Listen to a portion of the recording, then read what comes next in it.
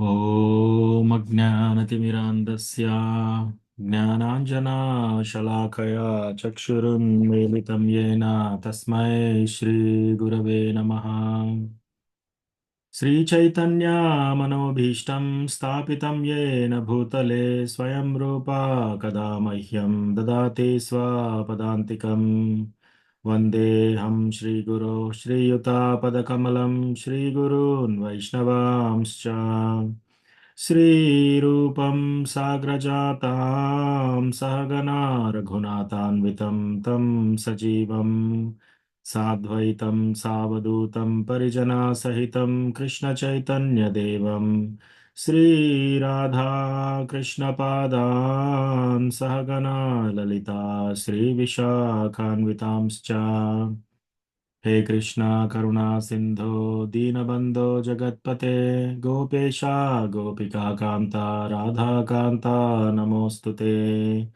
तप्त कांचन गौरांगी राधे वृंदावनेश्वरी वृषभानुसुते देवी प्रणमामि हरिप्रिये। वाञ्छाकल्पतरुभ्यश्च कृपा सिन्धुभ्य एव च पतितानां पावनेभ्यो वैष्णवेभ्यो नमो नमः। जय श्री कृष्ण चैतन्य प्रभु नित्यानंद श्री अद्वैता गदाधर श्रीवासादि गौरभक्तवृंद। हरे कृष्णा कृष्णा कृष्णा हरे हरे हरे रामा राम राम हरे हरे। मत्समो नास्ति पापात्मा नपराधी च कश्चन परिहारेऽपि लज्जा मे किं ब्रुवे पुरुषोत्तम। युवतीनां यथा यूनि यूनां च युवतौ यथा मनोभिरमते तद्वन्मनो मे रमतां त्वयि। भूमौ स्खलितपादानां भूमिरेवावलम्बनं त्वयि जातापराधानां त्वामेव शरणं प्रभो। गोविन्दवल्लभे राधे प्रार्थये त्वमहं सदा त्वदीयम् इति जानातु गोविन्दो मां त्वया सह। राधे वृन्दावनाधीशे करुणामृतवाहिनी कृपया निजपादाब्जा दास्यं मह्यं प्रदीयताम्। तृणादपि सुनिचेन तरोरिव सहिष्णुना मानिना मानदेन कीर्तनीय सदा हरिः। कथञ्चन स्मृते यस्मिन् दुष्करं सुकरं भवेत् विस्मृते विपरीतं स्यात् श्रीचैतन्यं नमामि तम्। संसारदुःखजलधौ प्रतितस्य कामा क्रोधादिनक्रमकरे कबलीकृतस्य दुर्वासनानिगडितस्य निराश्रयस्य चैतन्यचन्द्रमम देहि पदावलम्बम्। चैतन्यचन्द्रमम देहि पदावलम्बम्। हरे कृष्णा विजय रघुनाथ प्रभु दंडवत प्रणाम। हरे कृष्ण దండోకరం ఓకే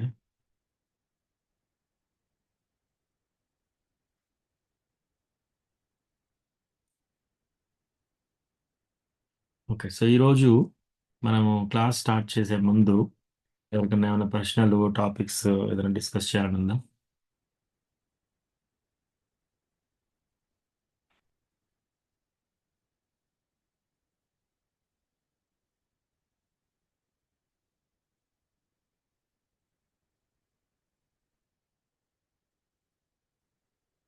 ఓకే సో అట్లయితే మనము భగవద్గీత చదువుదాము.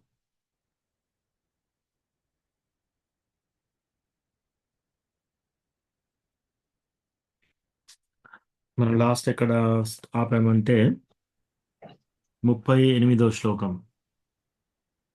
హరే కృష్ణ ప్రభుజీ ప్రభుజీ ప్రణామాలు. సౌండ్ చిన్నగా వస్తుంది ప్రభుజీ, మాకే అట్లా వస్తుందా మరి? హరే కృష్ణ రాధికా మాతాజీ దండవత్ ప్రణామ్. సో మిగతా డివోటీస్ కి సరిగా వినపడుతుందా? ఓకే ప్రభు వినపడు- సరేనా వినబడుతుంది ప్రభు. ఓకే.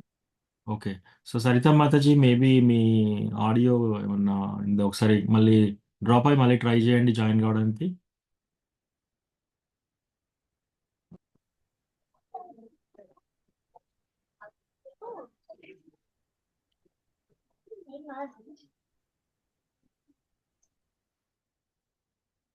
ఓకే 38వ శ్లోకం.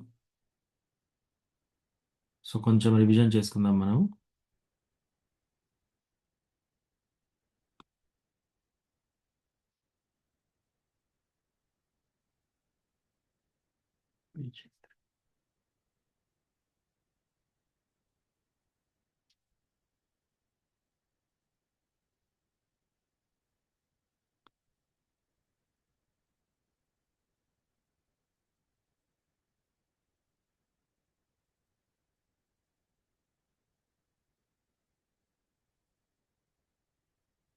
ఓకే, 34 నుంచి మనము రివిజన్ చేద్దాము.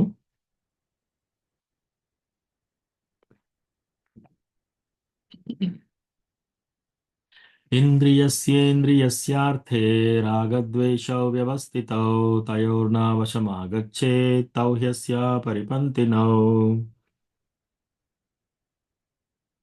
ఇంద్రియములు మరియు ఇంద్రియార్థముల ఎడ కలుగు రాగద్వేషములను నియమించుటకు కొన్ని నియమములు కలవు. ఆత్మానుభవ మార్గమున ఆ రాగద్వేషములు ఆటంకముల వంటివి కావున వాటికి ఎవరు వశము కాకూడదు. సో కృష్ణ భగవానుడు ఇక్కడ ఏం చెప్తున్నాడంటే అర్జునుడికి, మనకు ఇంద్రియాలు ఉన్నాయి, ఇంద్రియార్థాలు ఉన్నాయి అన్నమాట. సో ఇంద్రియాలు మనకు ఎగ్జాంపుల్ 5 పంచేంద్రియాలు. సో ఈ ఇంద్రియాలకి ఫర్ ఎగ్జాంపుల్ కళ్ళకి ఏదో ఒకటి చూడాలి. సో ఆ చూసే పదార్థం వచ్చేసి ఇంద్రియార్థం. సో ఇంద్రియాలు, ఇంద్రియార్థాలు, వీటి ఎడ కలుగు రాగద్వేషములు. సో రాగద్వేషములు అంటే ఏంటి? కొన్నిటి మీద ఇంట్రెస్ట్ ఎక్కువ, కొన్నిటి మీద చికాకు ఎక్కువ. ఇప్పుడు ఫర్ ఎగ్జాంపుల్ ఎవరన్నా ఒకరిని చూస్తే మనకు కోపం వస్తుంది, ద్వేషం వస్తుంది. ఎవరినన్నా ఎవరిని చూస్తే మనకు చాలా సంతోషంగా ఉంటుంది. సో ఇది రాగ ద్వేష, ఇట్లా అన్నమాట. సో ఇట్లా మనకు ఇది ఇష్టము, నాకు ఇది చేయడం చాలా ఇష్టము, నాకు ఇది చాలా కష్టము, ఆ, ఆ, ఇది నేను అస్సలు ఆ, ఆ, దాన్ని ఏమంటారు, భరించలేకుంటున్నాను ఈ వ్యక్తిని కానీ, ఇటువంటి పరిస్థితిని కానీ, అట్లా అది ద్వేషం. సో రాగం అంటే కొంత ఇంట్రెస్ట్, వాటిపైన వ్యామోహం పెంచుకోవడం అన్నమాట. సో అట్లా ఇంద్రియాలు మరియు ఇంద్రియాల ఎడల కలుగు రాగద్వేషములు నియమించుకోవడానికి కొన్ని నియమాలు కలుగుతాయి. సో బేసికల్గా ఏంటంటే శాస్త్రాల్లో మనకు కొన్ని నియమాలు పెట్టారు, రైట్? సో ఎక్కడైనా సరే, ఓన్లీ మన ఈ సనాతన ధర్మాలే కాదు, మీరు క్రిస్టియానిటీ, వేరే వేరే అన్ని చూసినా కూడా రిలీజన్స్లో ఇంద్రియాలను ఇష్టం వచ్చినట్టుగా వాడకూడదు అని వాడమని ఎవరు చెప్పట్లేరు అక్కడ. సో బేసికలీ ఏదో ఒకటి నియంత్రించాలి. అట్లాంటి రూల్స్ అండ్ రెగ్యులేషన్స్, కొన్ని నియమాలు కలవు. ఆత్మానుభవ మార్గమున ఆ రాగద్వేషములు ఆటంకములు. సో ఇప్పుడు మనం ఆత్మానుభవ మార్గంలో ఉన్నాము. మనకి, మనలాంటి వాళ్ళకి ఈ ఇంద్రియార్థాల పట్ల రాగద్వేషాలు పెట్టుకుంటే మనకు అవి ఆటంకం కలగవచ్చు అనమాట. అందుకని ఇటువంటి వాటికి మనం వశం కాకూడదు అని చెప్తున్నారు ఇక్కడ. శ్రేయాన్ స్వధర్మో విగుణః పరధర్మాత్ స్వనుష్ఠితాత్ స్వధర్మే నిధనం శ్రేయా పరధర్మో భయావహః. 35. పరధర్మమును చక్కగా నిర్వహించుట కన్నను ఘనరహితమైన స్వధర్మమును ఆచరించుట ఉత్తమము. పరధర్మ పాలనము హానికరమైనది కావున దానిని పాటించుట కన్నను స్వధర్మ పాలన నందు నాశము పొందినయేను ఉత్తమమే అని చెప్తున్నారు ఇక్కడ. సో దీని హోల్ అర్థం ఏంటంటే, ఈ శ్లోకము ఇప్పుడు ఒక్కొక్కరికి మనకి ఒక్కొక్క మన ధర్మాన్ని మన యొక్క ఇంట్రెస్ట్ బట్టి, మన యొక్క యాక్షన్ బట్టి మనకు బ్రాహ్మణ, క్షత్రియ, వైశ్య, శూద్ర అనే గణగణాలు మనకు వచ్చేస్తాయి అన్నమాట, గుణగణాలు. సో ఇవన్నీ చాతుర్వర్ణ్యం మయా సృష్టం గుణకర్మ విభాగశ, మన గుణాన్ని బట్టి ఈ 4 వర్ణాల్లో నియమించబడ్డారనమాట. వీళ్ళు బ్రాహ్మణులు, వీళ్ళు క్షత్రియులు, వీళ్ళు శూద్రులు, వీళ్ళు అనేది కులము పుట్టుకతో కాదు, ఇది పుట్టుకతో లేదా కులంతో కాదు. భగవంతుడు ఏం చెప్పాడు? గుణకర్మ విభాగశ, గుణాన్ని బట్టి విభజించారు. ఇప్పుడు ఏ ఫ్యామిలీలోనైనా పుట్టారండి ఎవరైనా సరే, వాళ్ళకి నలుగురిని కాపాడాలి, ఎవరికన్నా ఏదైనా ఆపద వస్తే రక్షించాలి అనే స్వభావం ఉంటే వాళ్ళు క్షత్రియులు. ఏ కుటుంబంలో, ఏ కులంలో పుట్టినా సరే, ఏ తల్లిదండ్రులకు పుట్టినా సరే, వాళ్ళకి శాస్త్రాలు చదువుకోవాలి, శాస్త్రాలు నలుగురికి చెప్పాలి, దానం తీసుకోవాలి, దానం ఇవ్వాలి, తపస్సు చేయాలి, ఇలాంటి అవన్నీ ఉంటే, ఇంట్రెస్ట్ ఉంటే వాళ్ళని బ్రాహ్మణులుగా మనం పరిగణించాలి అట్లా అన్నమాట. అయితే ఇక్కడ ఈ శ్లోకం ఎందుకు చెప్తున్నాడు కృష్ణ? అర్జునుడు ఏమంటున్నాడు? నేను నాకు ఈ రాజ్యం వద్దు కృష్ణ, ఈ విజయం వద్దు, నాకు ఈ రాజ్యం వద్దు. నేను అడవిలోకి వెళ్ళిపోతాను, అడుక్కొని బతుకుతాను. సో అడుక్కొని ఎవరు బతుకుతారు? బ్రాహ్మణులు బతుకుతారు. వాళ్ళ ఇంటింటికి వెళ్ళి భిక్ష తీసుకొని వాళ్ళకు 4 మాటలు శాస్త్రంలో చెప్పేసి వాళ్ళ కడుపు నింపేసుకొని వాళ్ళ యొక్క ధ్యానము, వాళ్ళ యొక్క ఆహ్, సాధన చేసుకుంటూ ఉంటారనమాట.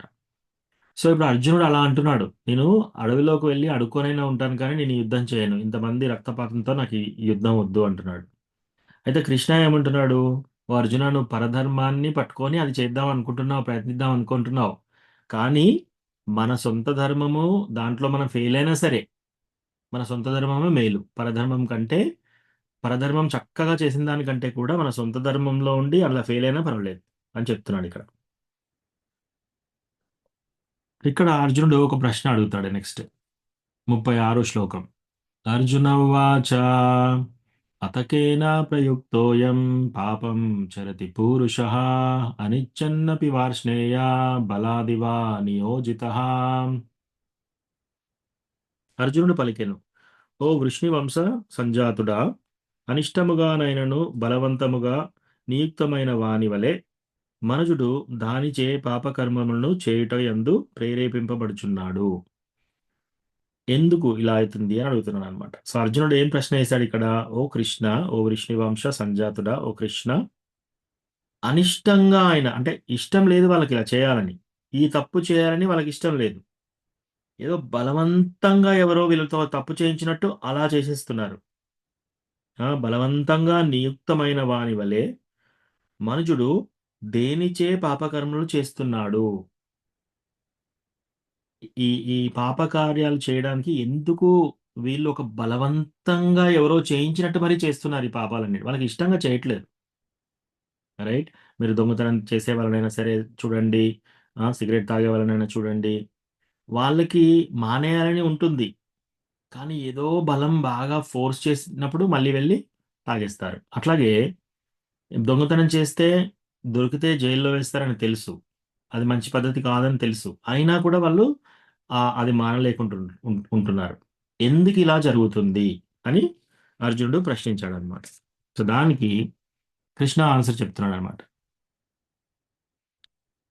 37 శ్రీభగవానువాచ కామ ఏష క్రోధ ఏష రజోగుణ సముద్భవః మహాశనో మహాపాప్మా విద్యేనం ఇహ వైరిణం.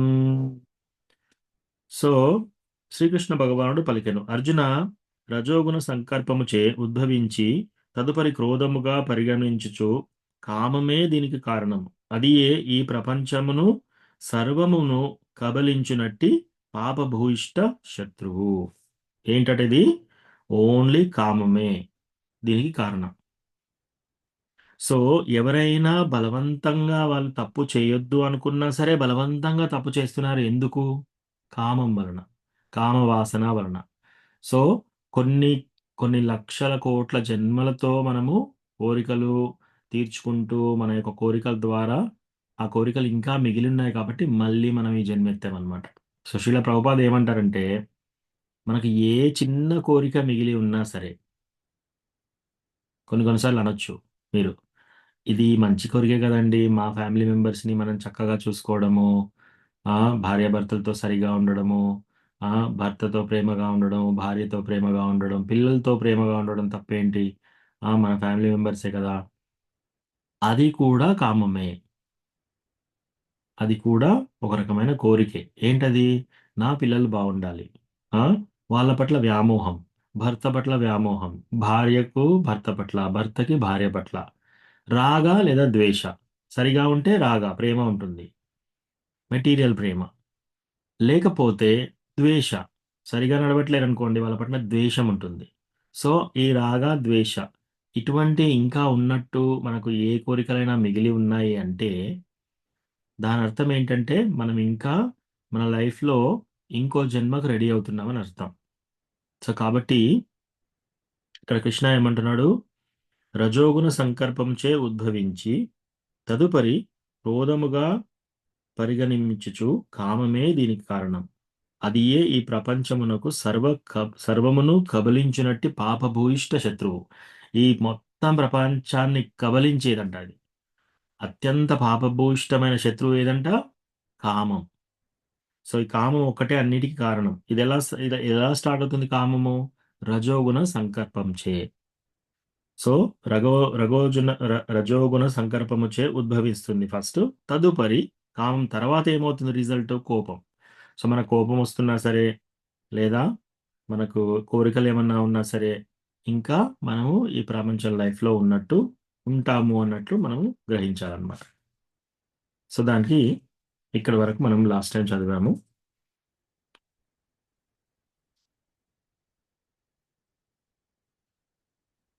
ఓకే. సో ఇక్కడ వరకు మనం చదివాము. ఇప్పుడు నెక్స్ట్ చదువుదాం.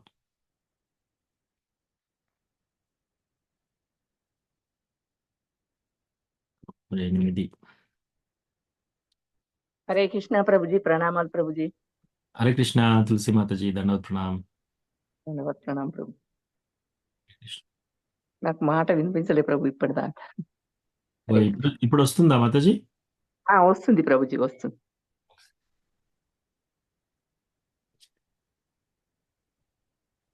సో ఇక్కడ ఈ చాప్టర్లో మనకు ఫస్ట్ 2 శ్లోకాలు అర్జునుడి యొక్క కన్ఫ్యూజన్. ఏది మంచిది? త్యాగం మంచిదా లేకపోతే పని చేయాలా?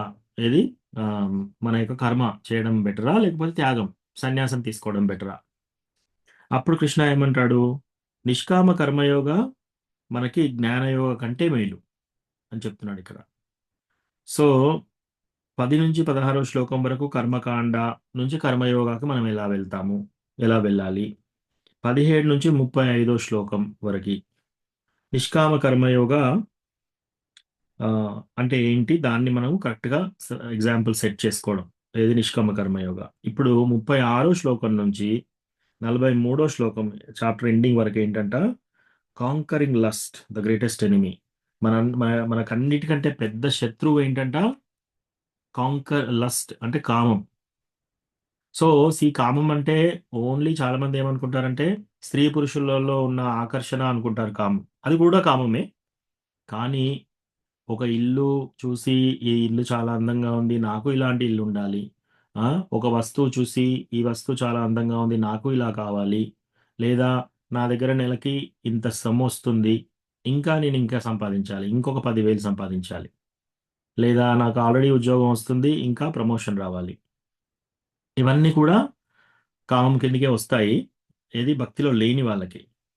కానీ ఇంకోటి ఆలోచించండి. ఇప్పుడు డివోటీస్ ఫర్ ఎగ్జాంపుల్, మరి డివోటీస్కి ఇంకా ఏమి కోరికలు అంటే వాళ్ళు ఏమి జాబ్ చేయకూడదా, వాళ్ళకి ప్రమోషన్ తీసుకోకూడదా? సపోజ్ వాళ్ళకి నెలకి 50,000 అలా వస్తుంటే వాళ్ళు నెలకి 1,00,000 రూపాయలు రావాలని కోరుకోకూడదా? కోరుకోవచ్చు. అయితే వాళ్ళ పర్పస్ ఏంటి, వాళ్ళ యొక్క ఉద్దేశం ఏంటి, అది ఇంపార్టెంట్. ఇప్పుడు ఒక వ్యక్తి ఒక బిజినెస్ పెడుతున్నాడు, లేదా ఒక డివోటీ ఏదో ఒక ఉద్యోగం గట్టిగా చేస్తున్నాడు చక్కగా, తద్వారా డబ్బు సంపాదించాలని అనుకుంటున్నాడు. ఆ డబ్బుతో ఏం చేస్తారు లాస్ట్కి, అది ఇంపార్టెంట్. ఆ డబ్బుతో ఏంటి, మళ్ళా తీసుకెళ్ళి వాళ్ళ ఇష్టమైన పిల్లలకి ఇచ్చుకుంటారా, లేదా మళ్ళీ తీసుకెళ్ళి సంఘంలో ఏదైనా సేవ చేస్తారా, ఎక్కడైనా డొనేషన్ ఇస్తారా? వీటిని బట్టి వాళ్ళు ఏ గుణంలో ఉన్నారు, మళ్ళీ వాళ్ళు కామ్యకర్మలు ఇవన్నీ, తద్వారా మళ్ళీ ఇంకో జీవితం తెస్తున్నారు వాళ్ళు. కానీ అలా కాకుండా ఇదంతా తీసుకెళ్ళి కృష్ణ భగవానుని భక్తిలో ఉపయోగిస్తున్నారు అనుకోండి, అప్పుడు అకర్మ, వాళ్ళ అకౌంట్లో ఏ బద్ధత్వం ఉండదన్నమాట. వాళ్ళు బందీ అవరు. వాళ్ళు చేసిన పనికి వాళ్ళకి రిజల్ట్ ఉండదు. రైట్? ప్రతి పని మనం చేసేదానికి రిజల్ట్ ఉంటుంది. ఇవాళ మంచి చేసినా ఆ మంచి తీర్చుకోవడానికి ఒక ముందు ఏదైనా ఒకటి అవకాశం వస్తుంది మనకి. ఏదైనా చెడు చేసినా ఆ చెడును మళ్ళీ అనుభవించకూడదు, ఏదో పనిష్మెంట్ వస్తుంది మనకి. దీన్ని ఏమంటారు? బద్ధత్వం అంటారు.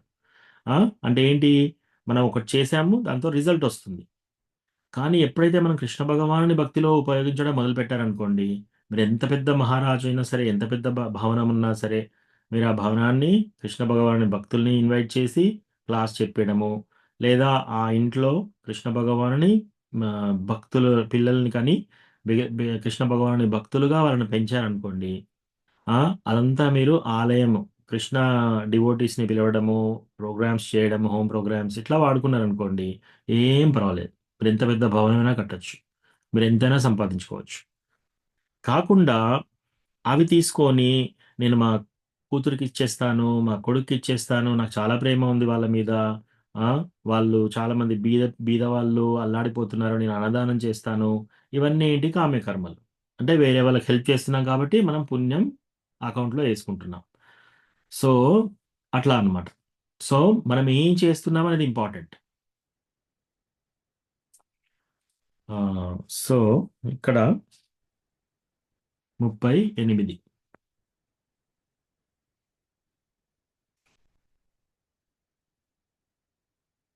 హరే కృష్ణ మంజులా మాతాజీ దండవత్ ప్రణామ్. దండవత్ ప్రణామం ప్రభుజీ. హరే కృష్ణ. ఓకే. సో, తులసి మాతాజీ మీరు చదువుతారా? చెప్తాను ప్రభుజీ. ప్రభుజీ 3వ అధ్యాయం 38వ శ్లోకం కదా ప్రభుజీ. యెస్.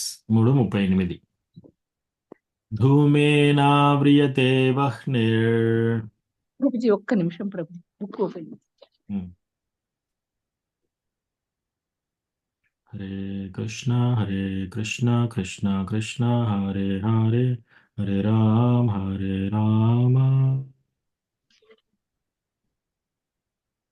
రామ రామ హరే హరే హరే కృష్ణ కృష్ణ భగవద్గీత కదా ప్రభుజీ. మాతాజీ భగవద్గీతే కదా ప్రభుజీ. భగవద్గీత 3వ అధ్యాయం 3వ చాప్టర్ 38వ శ్లోకం. హరే కృష్ణ కృష్ణ కృష్ణ హరే హరే ప్రభుజీ హరే కృష్ణ. కృష్ణ హరే రామ. ప్రభుజీ హరే Yes. కృష్ణ. సో 38 38. ధూమేనావ్రియతే వహ్నిర్. ధూమేన వియతే వహ్నిరే. కృష్ణ తాదర్శో మలేన చ తాదర్శో మలేన చ యతోల్బేనావృతో గర్భస్ యతోల్బేన వృతో గర్భాత్ తథా తేనేదమావృతం. తథా తేనేదమావృతం. As fire is covered by smoke, as a mirror is covered by dust, or as the embryo is covered by the womb, the living entity is similarly covered by different degrees of this lust. చదవండి మాతాజీ. చెప్పాలా ప్రభు? హరే కృష్ణ. తాత్పర్యం చదవండి. పొగ చేత అగ్ని, ధూళి చేత అద్దము, మావి చేత గర్భము కప్పబడినట్లు కామము యొక్క వివిధ దశలనే జీవుడు కప్పబడి ఉండును.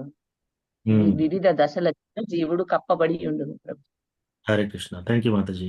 సో ఇక్కడ ఏం చెప్తున్నారంటే, ఇప్పుడు మనకి ఎక్కడన్నా పొగ వస్తుంది అంటే అక్కడ ఏదో మంట ఉంది అని అర్థం. సో మంట చుట్టూ పొగ ఉంటుంది. సో పొగ చేత అగ్ని కప్పబడుతుంది. సో అట్లాగే ధూళి చేత అద్దము క్లీన్ గా ఉందనుకోండి పర్వాలేదు, కానీ ఏదైనా దుమ్ము పట్టిందనుకో అద్దము అంతా మనకు తెలిసిపోతుంది. ధూళి చేత అద్దం ఎట్లా కవర్ అవుతుందో, మావి చేత గర్భము. మావి అంటే ఏంటి? స్త్రీల యొక్క గర్భం. సో గర్భము ఊముతో కవర్ అవుతుంది, గర్భాలయంతో కవర్ అయిపోతుంది. అట్లా కప్పబడినట్లు కామము యొక్క వివిధ దశలు జీవుడు కప్పబడి ఉన్నాడు, వివిధ దశలచే. సో మనకి కూడా ఈ ఒక్కొక్క జీవికి ఎలా ఉందంట, ఈ కామం అనేది ఒక్కొక్క లేయర్స్ లాగా ఉందన్నమాట. కొందరికి ఈ కామం అనేది ఎక్కువగా ఉంది, కొందరికి తక్కువగా ఉంది, కొందరికి మీడియంగా ఉంది. అట్లా రకరకాలుగా వివిధ దశల్లో ఈ కామం అనేది కప్పబడి ఉందంట. సో ఈ భాష్యం కూడా చదువుదాం మనము. జ్యోతి రూప మాతాజీ, కమలా మాతాజీ మీరు చదువుతారా? ప్రభుజీ చదువుతా. భాష్యం. పాదల వార్చ్. శ్రీల ప్రభుపాదకి జై. జీవుని శుద్ధ చైతన్యాన్ని మరుగుపరిచే 3 ఆవరణ దశలు ఉన్నాయి. ఆ ఆవరణే అగ్నిలోని పొగలాగా, అద్దముపైని ధూళిలాగా, పిండము చుట్టూ ఉండే గర్భములాగా, వివిధ రూపాలలో ఉండేదే కామము. కామాన్ని పొగతో పోల్చినప్పుడు జీవకణమనే అగ్ని అతి కొద్దిగా అనుభూతమవుతుందని అర్థం చేసుకోవాలి. ఇంకొక రకంగా చెప్పాలంటే జీవుడు తన కృష్ణ భక్తి భావనను కొద్దిగా ప్రదర్శించినప్పుడు పొగ చేత కప్పబడిన అగ్నిని పోలుతాడు. పొగ ఉన్న చోట అగ్ని తప్పకుండా ఉండవలసిందే అయినా ప్రారంభ దశలో అగ్ని బహిరంగంగా ప్రదర్శితం కాదు. ఈ స్థితి కృష్ణ భక్తి భావనలో ప్రారంభం వంటిది. అద్దముపైని ధూళి నానా రకాల ఆధ్యాత్మిక పద్ధతుల ద్వారా మనోదర్పణాన్ని శుద్ధిపరిచే కార్యక్రమాన్ని సూచిస్తుంది. భగవన్నామ సంకీర్తనమే దానికి సర్వోత్తమమైన పద్ధతి. గర్భముచే శిశువు కప్పబడడం నిస్సహాయ స్థితిని వివరించే ఒక ఉపమానం. ఎందుకంటే గర్భస్థ శిశువు ఎంత నిస్సహాయంగా ఉంటాడంటే కదలనైనా కదలలేడు. ఈ జీవన స్థితిని చెట్ల జీవన స్థితితో పోల్చవచ్చును. చెట్లు కూడా జీవులే, కానీ దాదాపు చైతన్య రహితంగా అధిక కామాన్ని ప్రదర్శించడం వలన వారు అటువంటి స్థితిలో ఉంచబడ్డారు. ధూళిచే కప్పబడిన అద్దము పశుపక్ష్యాదులను పోలుతుంది. కాగా పొగచే కప్పబడిన అగ్ని మానవుణ్ణి పోలుతుంది. మానవ జన్మలలో జీవుడు కొద్దిగా కృష్ణ భక్తి భావనను జాగృతం చేసుకోగలుగుతాడు. అతడు మరింత పురోగతి సాధిస్తే ఈ మానవ జన్మలోనే ఆధ్యాత్మిక జీవన అగ్ని రగులుకుంటుంది. అగ్నిలోని పొగను జాగ్రత్తగా తొలగిస్తే అగ్ని పెద్ద మంటగా అవుతుంది. అందుకే మానవ జన్మ భవబంధం నుండి తప్పించుకోవడానికి జీవునికి ఒక చక్కని అవకాశం. మానవ జన్మలో ఎవడైనా సమర్థవంతమైన మార్గదర్శనలో కృష్ణ భక్తి భావన సాధన ద్వారా కామం అనే శత్రువును జయింపగలుగుతాడు. Hare Krishna. Thank you Prabhuji. Thank you Mataji. So ఇక్కడ ఎగ్జాంపుల్స్ ఏమేమి చెప్పారు? మనము పొగ చేత అగ్ని. ఎప్పుడైనా మీరు మామూలుగా మన గ్యాస్ పొయ్యి కాకుండా కట్టెల పొయ్యి పెట్టారనుకోండి. సో కట్టెల పొయ్యి పెడితే ఏమవుతుంది? ఫస్ట్ నిప్పు రాగానే బాగా ఇది వస్తుంది, ఏది పొగ వస్తుంది ఫస్ట్.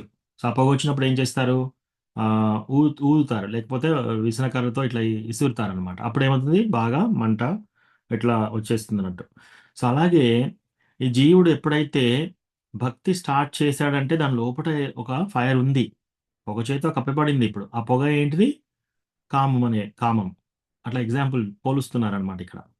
సో ఆ జీవికి ఇంకా కామం అనేది ఉంది, కానీ మనం ఏం చేయాలి? దాన్ని గట్టిగా ఇట్లా ఊదాలన్నమాట. ఊదినప్పుడు ఏమవుతుంది? ఆ పొగ మంట రగిలిపోతుంది. బాగా మంట రగిలిపోయినప్పుడు పొగ తగ్గిపోతుంది ఆటోమేటిక్గా. సో అట్లాగే మన భక్తి ఎప్పుడైతే బాగా పెరుగుతుందో ఆటోమేటిక్గా కామ అనేది పొగ అనేది వెళ్ళిపోతుంది. అది ఇక్కడ ఎగ్జాంపుల్ చెప్తున్నారు అనమాట. అలాగే ఇప్పుడు కొన్ని విషయాలలో, ఇప్పుడు ఫర్ ఎగ్జాంపుల్ చెట్లు అనుకోండి.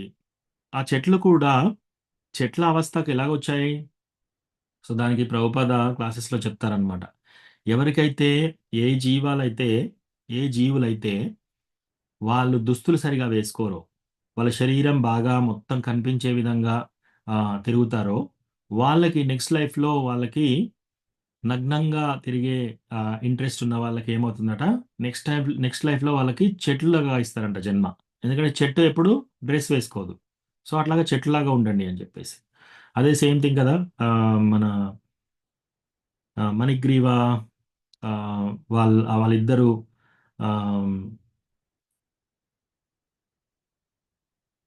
గంగా నదిలో స్నానం చేస్తూ ఉంటారు. నగ్నంగా స్నానం చేస్తూ ఉంటే అప్పుడు నారదముని వస్తాడు. నారదముని వచ్చినప్పుడు ఏం చేస్తారు? అక్కడ స్త్రీలు ఏం చేస్తారు? కవర్ చేసుకుంటారు, కానీ వీళ్ళిద్దరూ కవర్ చేసుకోరు. అప్పుడు వాళ్ళని ఏంటి, మీరు చెట్లలాగా వృక్షాలలాగా జన్మించండి అని శాపం ఇస్తారనమాట. సో అది చెప్తున్నారు ఇక్కడ ప్రభుపాద. సో అట్లా ఆ చేతన సరిగా లేని వాళ్ళు ఏంటంటే చెట్లలాగా అవుతున్నారు. సో ఇవన్నీ కామం యొక్క వివిధ దశలు. అట్లాగే ఒక గర్భంలో శిశువు ఎలా ఉంటాడో, అంటే అక్కడ హెల్ప్లెస్ కండిషన్. ఇంకా అక్కడ ఆ శిశువుకి ఏ విధంగా ఫ్రీడమ్ ఉండదు, అటు ఇటు కదలాలన్నా కష్టమే. అట్లా కొన్ని కొన్ని కొన్ని జంతువులు అట్లా కూడా ఉంటాయన్నమాట. కానీ ఇక్కడ అగ్ని పొగ ఇది మన మానవులకి పోల్చుకోవచ్చు. సో ఫస్ట్ పొగ ఎక్కువగా ఉంటుంది అగ్ని రాకముందు. అట్లాగే మనందరికి కూడా కామం అనేది ఉంటుంది. కానీ ఎప్పుడైతే అగ్ని రగులుతుందో, ఆ అగ్ని బాగా ఎక్కువైపోతుందో, అప్పుడు స్లోగా ఆ కామం అంటే పొగ అనేది తొలగిపోతుంది అని చెప్తున్నారు ఈ శ్లోకంలో.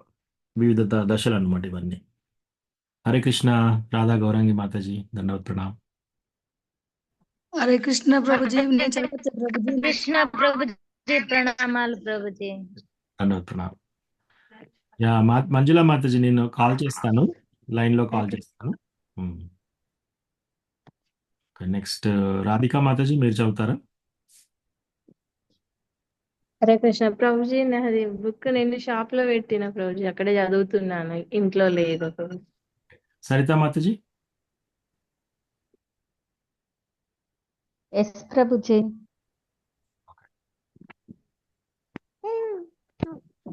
9. ఆవృతం జ్ఞానమేతేన ఆవృతం జ్ఞానమేతేన జ్ఞానినో నిత్యవైరిణా జ్ఞానినో నిత్యవైరిణః కామరూపేణ కౌంతేయ కామరూపేణ కౌంతేయ దుష్పూరేణానలేన చ. దుష్పురేణానలేన చ. ఓకే.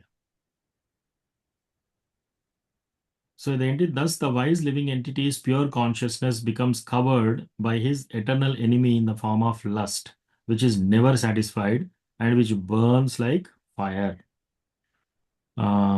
సో మాతాజీ చదవండి ఇది. ఈ విధంగా జ్ఞానవంతుడైన జీవుని విశుద్ధ చైతన్యం ఏనాడు సంతృష్టి చెందనిది అగ్నిలాగా మండేది అయిన అతని కామరూప నిత్య శత్రువుచే కప్పబడుతుంది. Thank you Prabhuji. Thank you Mataji. So ఇక్కడ ఏం చెప్తున్నారు? ఈ విధంగా జ్ఞానవంతుడైన జీవుడు మామూలు జీవుడు కాదు, చాలా ఎంతో జ్ఞానవంతుడైన జీవుడు కూడా శుద్ధ చైతన్యము ఎన్నడును తృప్తి చెందదనియు మరియు అగ్ని వలె దహించునది అను కామమనడి నిత్యం వైరముచే ఆవరింపబడును. Thus the living entity's pure consciousness becomes covered by his eternal enemy in the form of lust, which is never satisfied and which burns like fire. So దీని అర్థం ఏంటంటే, ప్రభుపాద ఏం చెప్తున్నారంటే, కృష్ణ భగవానుడు ఏం చెప్తున్నాడు ఇక్కడ అంటే, మన యొక్క జీవికి ఈ శుద్ధమైన చైతన్యం ఆల్రెడీ అందరికీ ఉంది. ఇప్పుడు మనము వర్షం పడ్డప్పుడు ఏమవుతుంది? మేఘాల నుంచి ఒక చుక్క నీళ్ళు ఇట్లా వస్తున్నాయి, అది ప్యూర్గా ఉంటుంది. ఎప్పుడైతే వాతావరణంలో కలుషితంతో కలిసి తర్వాత అది బురదలో పడింది అనుకోండి, అంతా బురదగా అయిపోతుంది. మళ్ళీ మనం ఏం చేస్తాం? దాన్ని ఫిల్టర్ చేసామనుకోండి, ఆ వాటర్ అంతా ఫిల్టర్ చేసామనుకోండి, ఆ బురదను తీసుకొని ఫిల్టర్ చేసామనుకోండి, మళ్ళీ ప్యూర్ వాటర్ వచ్చేస్తుంది.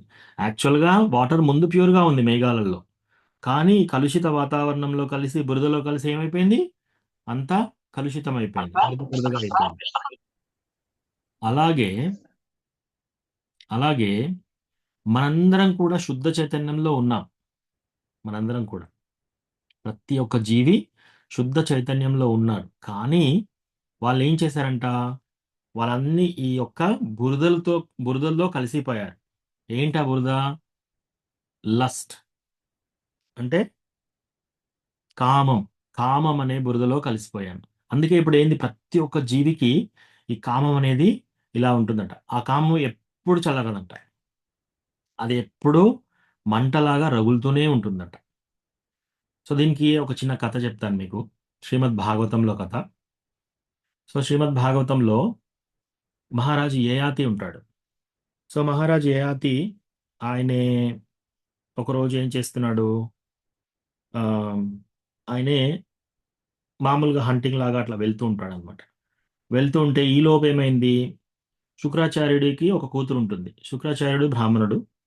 సో ఆ బ్రాహ్మణుడు శుక్రాచార్యుడికి కూతురు, ఆమె పేరు దేవయాని. సో ఈ దేవయాని, ఆమెకు కొందరు స్నేహితురాళ్ళు ఉంటారనమాట. ఆ స్నేహితురాల్లో ఒక ఆమె పేరు శర్మిష్ఠ. ఆమె ఎవరు? ఆమె ఒక క్షత్రియ ఒక రాజు యొక్క కూతురు. సో అప్పుడు ఏంటి? బ్రాహ్మణులందరూ టీచింగ్ చేసేటప్పుడు ఈ రాజులకు వీళ్ళందరికీ కూడా ఎవరు? బ్రాహ్మణులు టీచింగ్ చేసేవాళ్ళు అనమాట. సో అట్లా ఈ శుక్రాచార్య అంటే పెద్ద బ్రాహ్మణుడు అక్కడ, గురువు.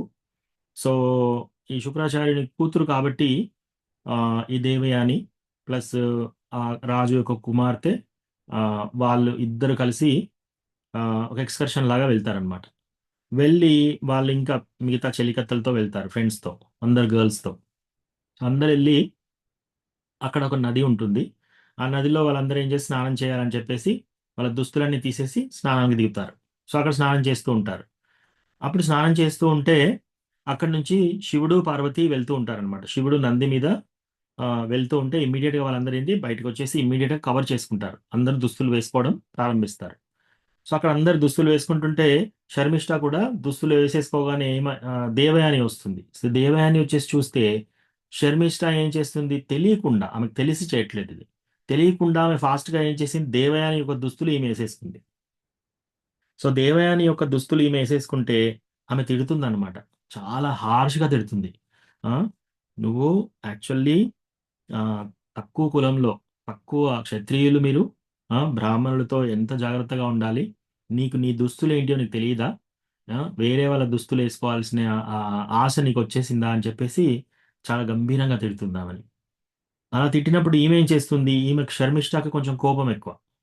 ఆమె తప్పు చేయలేదు. కావాలని ఆ దుస్తులు వేసుకోలేదామె. అక్కడ ఏంటి, అక్కడ అందరూ స్నానం చేస్తున్నారు. శివుడొస్తున్నాడు. సో, ఇమ్మీడియేట్‌గా ఏదో బట్టలేసేసుకోవాలి. అక్కడ ఉన్నయి తీసేసి ఏసేసుకుందామె. ఆమె యేసుకుంటుందా? ఇంకొకరు యేసుకుంటుందా? అనేది ఆమె చూడలేదు.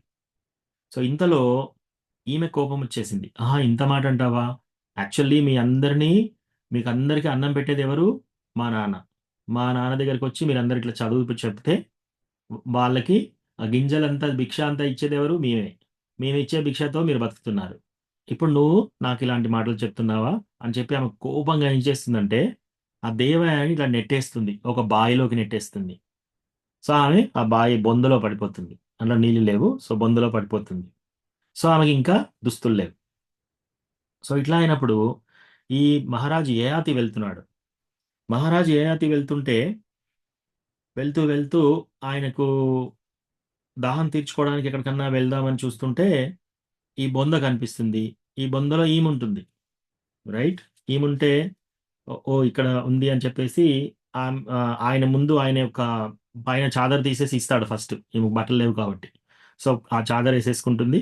ఏసేసుకొని పట్టుకొని చేయి పట్టుకొని ఇట్లా లాగుతాడు. లాగేసి బయటికి లాగుతాడు. సో, బయటికి లాగేటప్పుడు ఆహ్, ఆ చేయి పట్టుకున్నాడు కదా! ఇంక దేవయాని ఇప్పుడు అంటుందనమాట. "ఓ రాజా! మీరిప్పుడు నా చేయి పట్టుకున్నారు కదా! నన్ను వివాహం చేసుకోండి" అని. సో, అప్పుడు ఈయన ఈయన అడుగుతాడనమాట. "నువ్వెవరి కూతురు? మీ తల్లిదండ్రులెవరు?" ఇదంతా పరిచయం అవసరం. ఎప్పుడన్నా మనం ఎవరికన్నా పెళ్లి సంబంధం ఏదైనా చేస్తుంటే, ఇవన్నీ పరిచయాలు గ్యారంటీ చూడాలనమాట. తల్లిదండ్రులు ఏం చేయాలి? ఫస్ట్ ఆఫ్ ఆల్ ఏదన్నా పెళ్లి చూపులు మనం చూస్తున్నామంటే ఆహ్, ఎవరైనా స్త్రీకైనా, పురుషులకైనా గూడా వాళ్ళ ఫ్యామిలీ ఎటువంటిది? వాళ్ళ ఫ్యామిలీలో సంస్కారాస్ ఎలా ఉన్నాయి? అందులో ఎవరైనా డివోటీస్ ఉన్నారా? వాళ్ళ ఈటింగ్ హ్యాబిట్స్ ఏంటి? వాళ్ళ తిండి వ్యవహారాలేంటి? వాళ్ళ కట్టుబాటు వ్యవహారాలేంటి? వాళ్ళెలా వ్యవహరిస్తారు? ఇవన్నీ చూడాలి యాక్చువల్లీ. కొన్ని తరాల వరకు చూడాలి. అట్లా చూస్తేనే కరెక్టా? కాదా? మన యొక్క కూతురికి కానీ, కుమారుడికి కానీ ఈ వివాహం ఓకేనా అని. సో, ఇప్పుడు రాజు ఏం చేస్తాడు? నువ్వెవరు అని అడగగానే ఆమె చెప్తుందనమాట. నేనిట్లా శుక్రాచార్య వాళ్ళ కూతుర్ని. నా పేరు దేవయాని అంటుంది. సో, అప్పుడు ఈయన క్షత్రియుడు. సో, క్షత్రియులను పెళ్లి చేసుకోవచ్చు. అది అనులోమ, ప్రతిలోమ వివాహం అంటారు. ఏంటది? అనులోమ వివాహం అంటే ఈక్వల్‌గా. ఇప్పుడు క్షత్రియులు పెళ్లి చేసుకున్నారనుకోండి పర్వాలేదు. ఒక క్షత్రియ రాజు వైశ్య ఆహ్, ఆహ్, స్త్రీని పెళ్లి చేసుకోవచ్చు. లేదా శూద్ర స్త్రీని కూడా పెళ్లి చేసుకోవచ్చు. కానీ క్షత్రియుడు ఒక బ్రాహ్మణ స్త్రీని పెళ్లి చేసుకోకూడదు. అట్లా చేసుకుంటే అది ప్రతిలోమ వివాహం అవుతుంది. ఆ! ఈక్వల్‌గా లేకపోతే కింది వాళ్ళని చేసుకుంటే అనులోమ వివాహం. అయితే ఆయనకి ఇమ్మీడియేట్‌గా అనిపిస్తది. ఇది ప్రతిలోమ వివాహం కదా! నేనెలా చేసుకుంటాను? అని చెప్పి అంటే, కానీ ఎప్పుడైతే ప్రభుపాద పర్పోర్ట్‌లో రాస్తాడనమాట. సో, ఇదంతా భాగవతంలో ఉంది. ఎప్పుడైతే రాజు ఆమె ఇలా లేపుతున్నాడో, ఆమె నగ్నంగా ఉంది. సో, ఆమె నగ్నం చూసి ఆమె సౌందర్యానికి ఇష్టపడతాడనమాట. సో, ఇట్లా అయిపోయి ఎలాగో దేవయాని కూడా అంటుందనమాట. మన చేతులు ఆల్రెడీ కలిసాయి కదా! మనము ఇప్పుడు వివాహం చేసుకుందామని. అని చెప్పేసి ఇంకక్కడి నుంచి ఆయన సేవ్ చేస్తాడు లైఫ్. ఆ బావిలో నుంచి తీస్తాడు.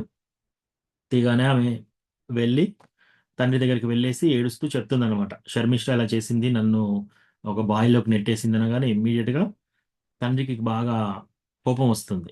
కోపం వచ్చేసి సరేపా వాళ్ళ తండ్రితోని మాట్లాడతాను నేను అని చెప్పేసి ఈ దేవయ్య అనే ఒక తండ్రి ఆమెను పట్టుకొని ఈ షర్మిష్ఠ వాళ్ళ తండ్రి దగ్గరికి వెళ్తాడు. సో, షర్మిష్ఠ వాళ్ళ తండ్రి చూస్తాడు యాక్చువల్‌గా. ఈయన బ్రాహ్మణుడు ఫస్ట్ ఆఫ్ ఆల్. ఇంకోటి శుక్రాచార్యుడు. ఈయనేమన్నా శాపం ఇచ్చాడనుకో ఇప్పుడు చాలా డేంజర్ అని చెప్పేసి ఆయన రాకముందే ఆయన కాళ్ళ మీద పడేసి మీరెందుకొచ్చారు? హ్మ్. అని చెప్పేసి నా యొక్క కూతురిని మీకు స్లేవ్‌గా ఇస్తాను. అంటే ఒక దాన్నేమంటారు పని మనిషిలాగా. నా యొక్క కూతురిని మీకు పని మనిషిలాగా ఇస్తాను. ఇంకొక కోరిక కోరుతుంది ఎవరు దేవయ్య అని. నేనెప్పుడైతే పెళ్లి చేసుకుంటానో నాతో పాటు నాకు కొందరు చెలికత్తెలు రావాలి నాతో పాటు. అలా ఈమె షర్మిష్ఠ కూడా రావాలి. షర్మిష్ఠ ఇంకా అందరు ఫ్రెండ్స్ ఆమె ఫ్రెండ్స్ అందరూ కూడా నాతో పాటు రావాలి. అట్లా అంటే స్లేవ్‌గా అన్నమాట. ఆమె పొజిషన్ ఇప్పుడు హైయర్‌గా ఉంది గదా! అట్లా. సో, తండ్రి ఒప్పుకుంటాడు. ఒప్పుకొని అలా పంపిస్తాడు. ఇప్పుడు దేవయాని ఏం చేస్తుంది మళ్ళీ నెక్స్ట్ ఆమె తండ్రికి చెప్పేస్తే మళ్ళీ శుక్రాచార్య వెళ్ళి యయాతి కింగ్ మహారాజ్ యయాతిని అడుగుతాడనమాట. నువ్వు మా యొక్క కూతుర్ని రక్షించావు కదా! ఈ వివాహం చేసుకోండి అని. సో, అలా శుక్రాచార్యుడు వీళ్ళందరూ చెప్తారు. ప్లస్ వాళ్ళిద్దరు కూడా ఇష్టపడతారు కాబట్టి అక్కడ పెళ్లి జరుగుతుంది. సో, పెళ్లి జరిగిన తర్వాత సో, ఈ యయాతికి కామం ఉంటుంది. ఫస్ట్ ఆఫ్ ఆల్ యయాతి ఏం చేశాడక్కడ? నీళ్లు తాగడానికి వెళ్ళాడు. నీళ్ళు తాగేసి బయటికి రావచ్చు కదా! ఎవరో బొందులో ఉన్నారని చెప్పి వాళ్ళని రక్షించాలని చెప్పి చెయ్యేసి మరి తీశాడు. మనం ఒకటి గుర్తుపెట్టుకోవాలి చాలా జాగ్రత్తగా. మనం ఎవరికైనా హెల్ప్ చేసేటప్పుడు మనం బొందులో పడకూడదు. అంటే నువ్వు ఎంత పెద్ద పొజిషన్‌లో ఉన్నా సరే, నీకంటే తక్కువ పొజిషన్‌లో ఉన్న వాళ్ళు కూడా నిన్ను లోపటికి దిగజార్చగలగరు అని అని ఈ స్టోరీలో అర్థమవుతుంది మనకి. ఇంకా ముందు ముందు చూస్తే. సో, ఈయనేంటి ఫస్ట్ ఆఫ్ ఆల్ ఈయన మహారాజు. మహారాజు ఏం చేశాడు? ఓకే. పోయి నీళ్ళు తాగాడా? తాగాడు. తర్వాత ఆమెను రక్షించాడా? రక్షించాడు. ఇప్పుడేం చేశాడు? ఆమెను పెళ్లి కూడా చేసుకున్నాడు. సో, పెళ్లి చేసుకొని ఆమెతో కాపురం చేస్తున్నాడు. ఆమెతో మైథున అనుభవిస్తున్నాడు. సో, ఇదంతా అయితుంటే ఒకరోజు ఆయనకి గర్భవతి అవుతుంది. ఎవరు? దేవయాని.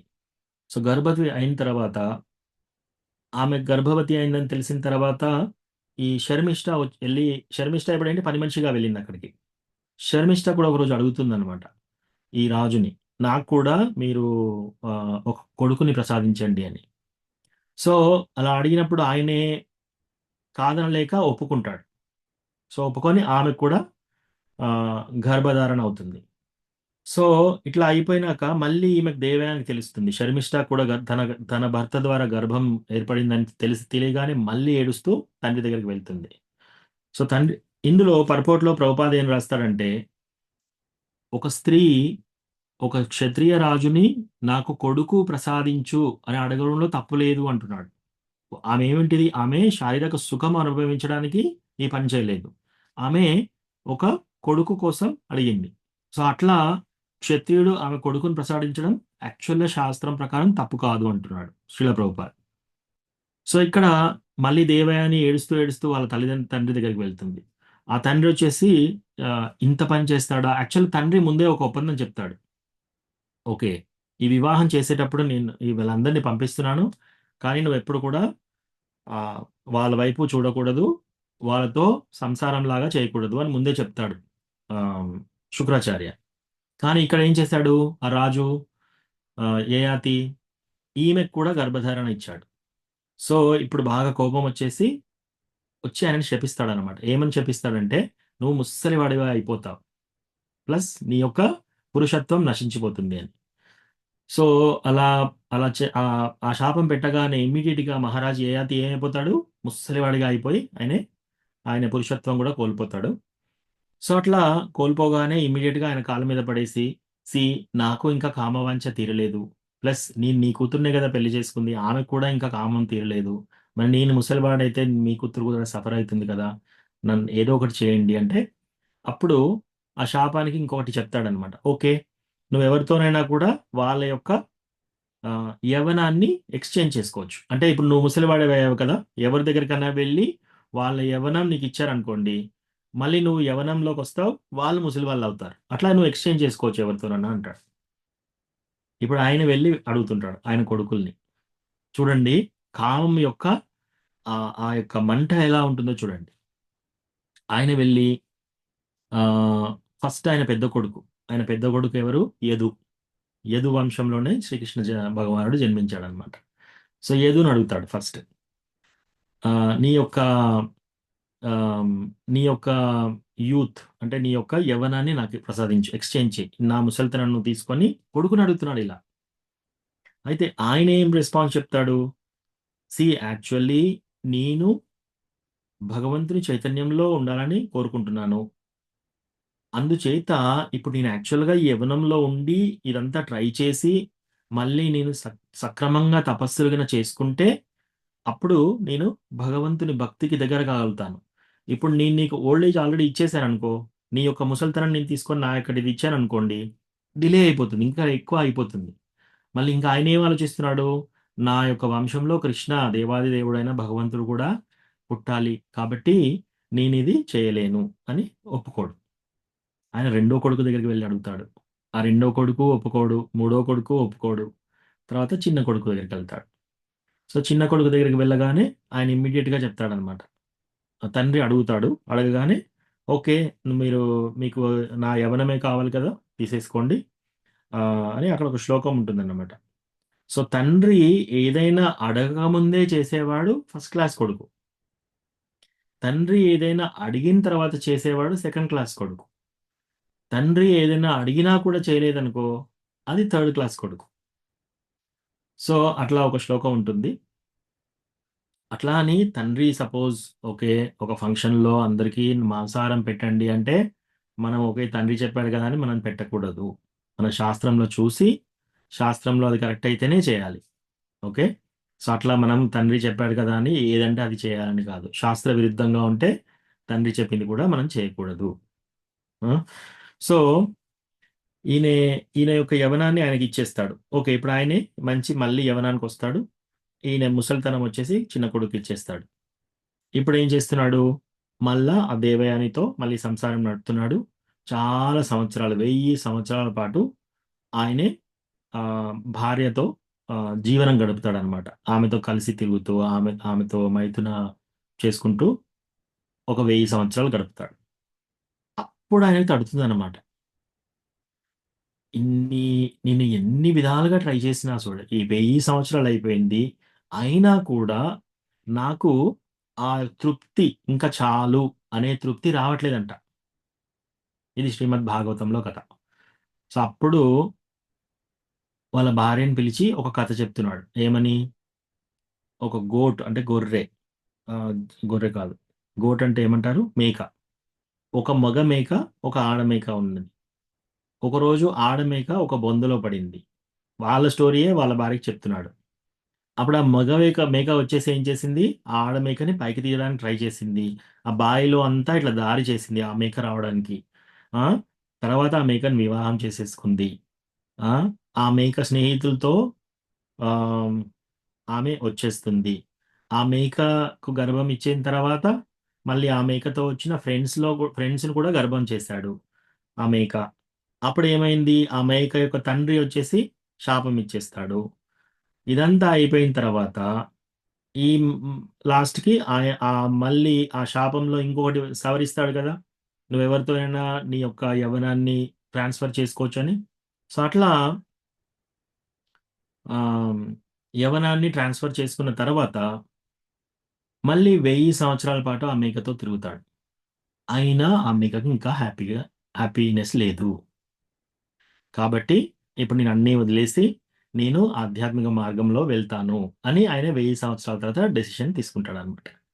సో కామం అనేది ఇంత డేంజరస్ అనమాట. సో కామం వల్లనే మనము ఈ యొక్క ప్రాపంచిక లైఫ్‌లో చిక్కుకొని ఉన్నాం.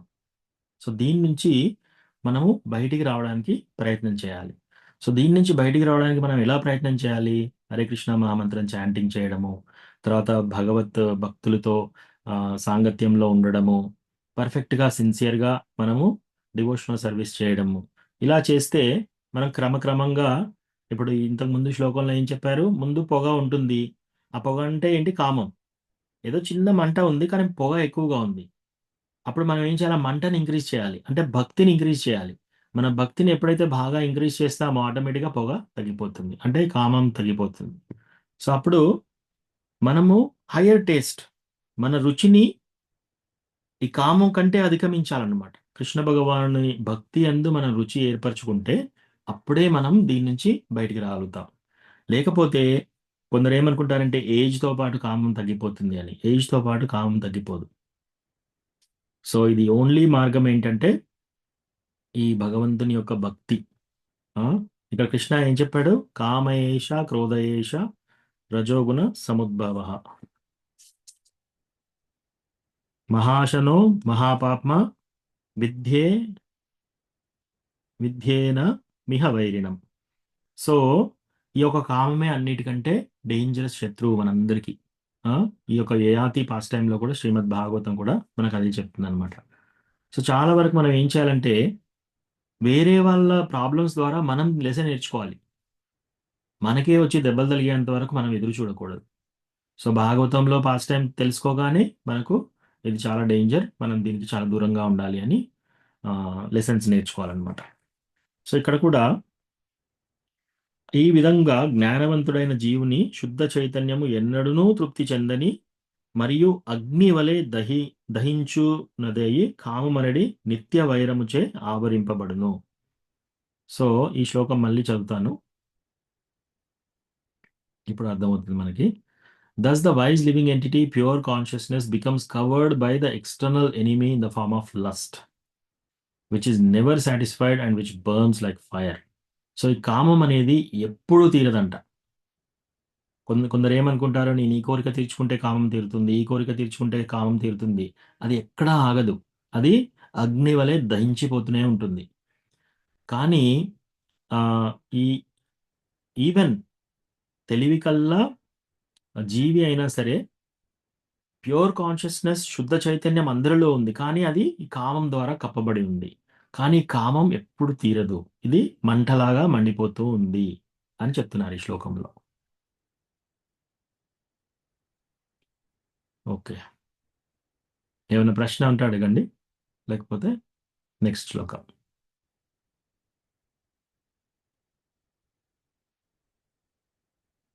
ఓకే. మంజులా మాతాజీ మీరు చదువుతారా నెక్స్ట్? హరే కృష్ణ ప్రభుజీ, చదువుతా ప్రభుజీ. ఓకే ప్రభు. 45. భగవద్గీత 3వ శ్లోకం. ఇంద్రియాణి మనోబుద్ధి రాస్య మాతాజీ నేను చదివినాక మీరు చదవండి. నేను చెప్పినాక లైన్ మీరు చెప్పండి. Okay okay. ఇంద్రియాణి మనోబుద్ధిర్ ఇంద్రియాణి మనోబుద్ధి అస్యాధిష్టానముచ్యతే అస్యాధిష్టానముచ్యతే ఏతైర్విమోహయత్యేష ఏతైర్వ్యమోహక్షిత్యేష జ్ఞానం ఆవృత్య దేహినం. జ్ఞానం ఆవృత్య దేహినం. The senses, the mind, and the intelligence are the sitting places of this lust. Through them, lust covers the real knowledge of the living entity and bewilders him. చదవండి మాతాజీ. ఇంద్రియాలు, మనస్సు, బుద్ధి ఈ కామము తిష్ట వేసుకొని కూర్చుంటే స్థానాలు.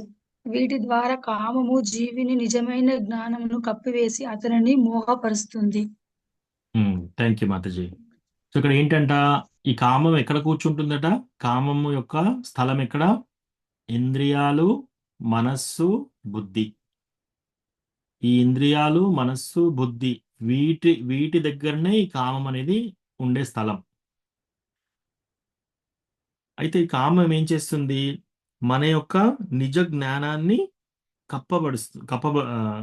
కప్పుతుందన్నమాట.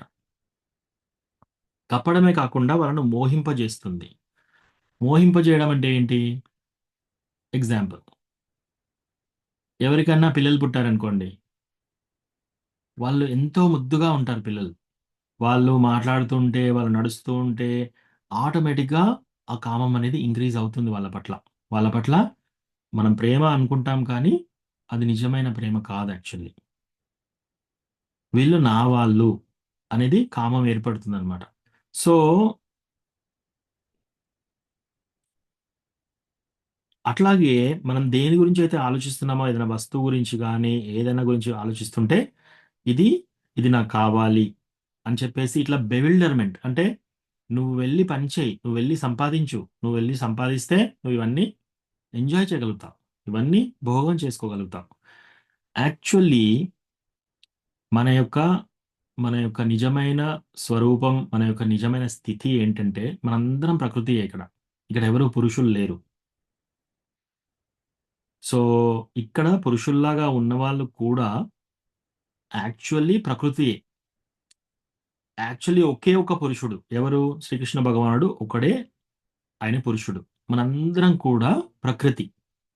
సో ఇందులో కొందరు ఏమనుకుంటున్నారంటే నేనే పురుషుణ్ణి, నేను ఎంజాయర్, నేనే ఎంజాయ్ చేయాలి, తర్వాత నేనే దీనికి ప్రొప్రైటర్, నేను వీళ్ళనందరినీ కాపాడుతాను, నా ఫ్యామిలీ మెంబర్స్ని నేనే కాపాడేది, వాళ్ళని పోషించేది నేనే అని భర్త అనుకుంటున్నాడు అనమాట.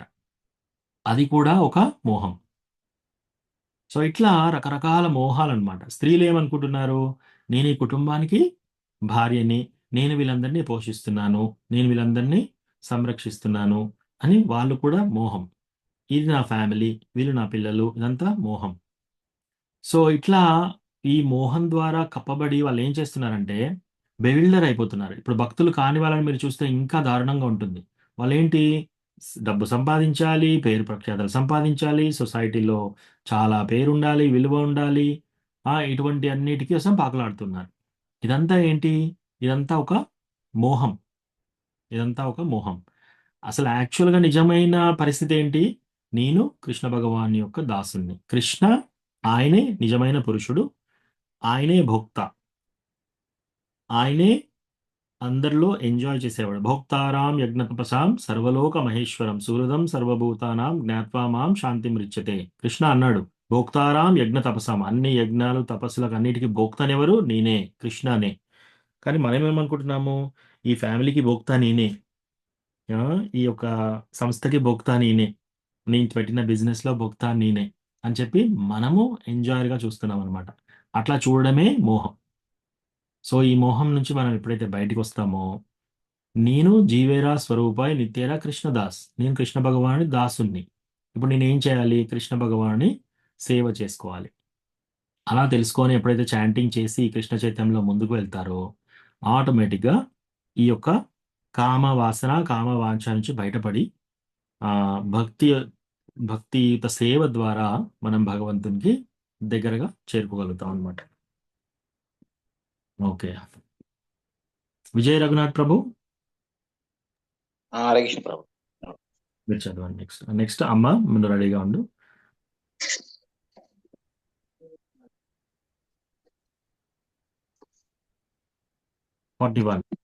తస్మాత్ త్వం ఇంద్రియాణ్యాదౌ తస్మాత్మింద్రియాణ్యాదౌ నియమ్య భరతర్షభ నియమ్య భరతవర్షభ ఆత్మానం ప్రజహిహ్యేనం ఆత్మాత్మం ప్రజయేనం జ్ఞాన విజ్ఞాననాశనం. జ్ఞాన విజ్ఞాననాశనం. Therefore, O Arjuna, best of the Bharatas, in the very beginning, curb this great symbol of sin, lust, by regulating the senses, and slay this destroyer of knowledge and self-realization. చదవండి ప్రభు. భరతవంశీయంలో శ్రేష్ఠుడైన ఓ అర్జున, అందుచేత ఇంద్రియ నిగ్రహంచే ఈ మహాపాపముకు చిన్నమైన కామమును ఆదిలోనే నియంత్రిస్తూ జ్ఞానము మరియు ఆత్మానుభూతిని నాశనము చేయు దేనిని నశింపచేయము. థ్యాంక్ యూ ప్రభు. సో ఇక్కడ కృష్ణ భగవానుడు చాలా గట్టిగా ఏం చెప్తున్నాడు ఇక్కడ? కావున భరత వంశీయులలో శ్రేష్ఠుడైన ఓ అర్జున, ఈ భరత వంశంలో మొత్తంలో శ్రేష్ఠుడైన ఓ అర్జున, కావున నువ్వేం చేయాలి? మొట్టమొదట అత్యంత ఇంద్రియ నిగ్రహము ద్వారా పాప చిహ్నమైన ఈ కామమును మొట్టమొదట అదుపు చేయి. సో మనం ఏం చేయాలి? భక్తిలో మనం గ్రో కావాలంటే ఫస్ట్ ఏం చేయాలి? మనం మొట్టమొదట ఈ కామాన్ని అదుపు చేయాలన్నమాట. ఇంద్రియ నిగ్రహం ద్వారా. దేని ద్వారా? ఇంద్రియ నిగ్రహం ద్వారా ఈ యొక్క కామాన్ని అదుపులో పెట్టుకోవాలి. జ్ఞానము మరియు ఆత్మానుభవ నాశనము చేయునట్టి ఆ దానిని నశింపజేయము.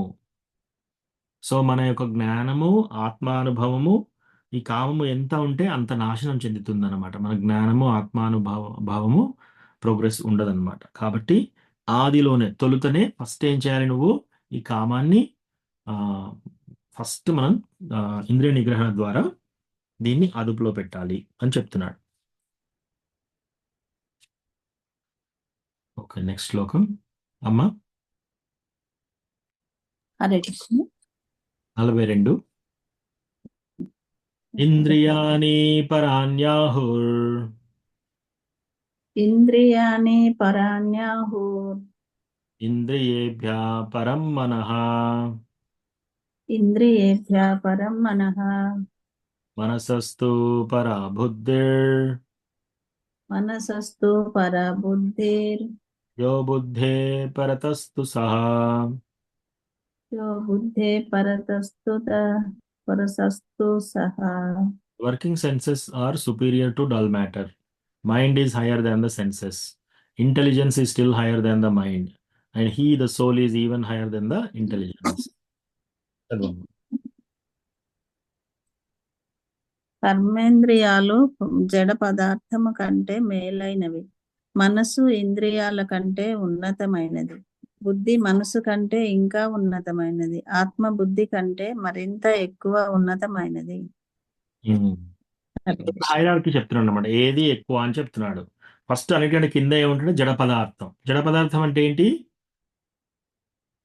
Matter, dull matter. అంటే ఫర్ ఎగ్జాంపుల్ రాళ్ళు, రప్పలు, వీటిని జడ పదార్థాలు అంటారు. వీటన్నిటికంటే ఇంకా మన బాడీ కూడా, మన శరీరం కూడా డల్ మ్యాటర్, జడ పదార్థమే. సో ఈ మన బాడీ కంటే కూడా ఈ వర్కింగ్ సెన్సెస్ హయ్యర్. ఇప్పుడు ఇది బాడీ ఇక్కడ ఉంటే వర్కింగ్ సెన్సెస్ అంటే మన యొక్క ఇంద్రియాలు, వీటికంటే పైన, ఇంద్రియాల కంటే పైన ఏంటి? బుద్ధి, మనస్సు కంటే పైన ఏంటి? బుద్ధి. బుద్ధి కంటే పైన ఏంటి? మన యొక్క ఆత్మ. సో ఇది హైరార్కీ అన్నమాట. మనం ఏం చేయాలి?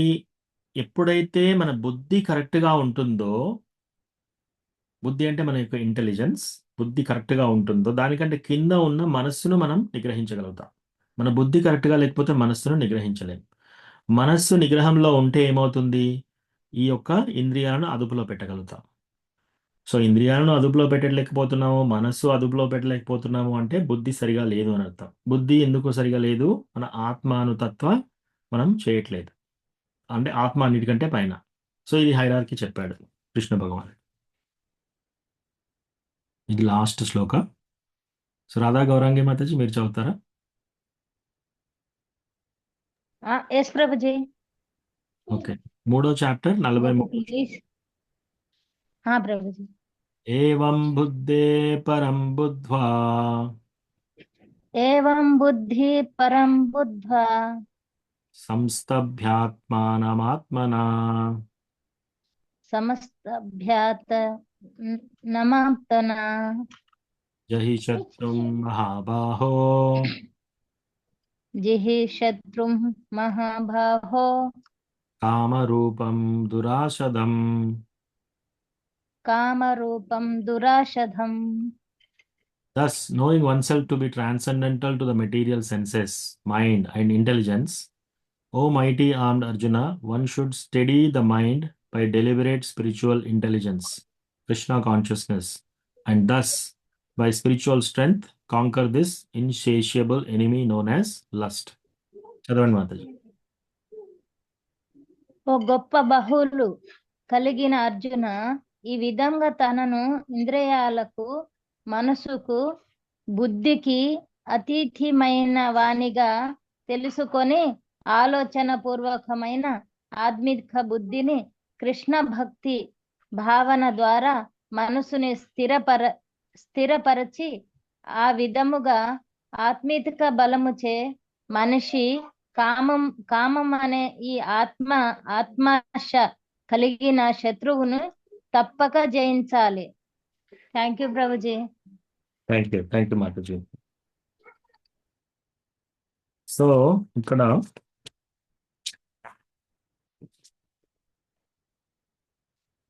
ఉమ్. సో ఇక్కడ లాస్ట్ శ్లోకాలో కృష్ణ భగవానుడు ఏం చెప్తున్నాడు? ఓ గొప్ప బాహువులు గల అర్జున. ఇక్కడ చూడండి, అర్జునుడు చాలా స్ట్రాంగ్ అని చెప్తున్నాడు ఇక్కడ. ఓ గొప్ప బాహువులు గల, గొప్ప చేతులు, ఆ, బాహువులు గల ఓ అర్జున, ఈ విధముగా తనను ఇంద్రియ మనోబుద్ధులకు పరమైన వానిని తెలుసుకొని. అంటే ఇక్కడ వరకు దీని అర్థం ఏంటంటే, మనము అంటే ఏంటి? మన ఆత్మ. ఈ ఆత్మ ఏంటి? ఈ యొక్క ఇంద్రియాలకి, మనస్సుకి, బుద్ధికి అతీతం. సో మనం వేరు, మన శరీరం వేరు. మనం అంటే ఏంటి? ఆత్మ. ఈ ఆత్మ శరీరం ఒక కార్ లాగా. ఆ కార్ లోపల మనం కూర్చున్నాం.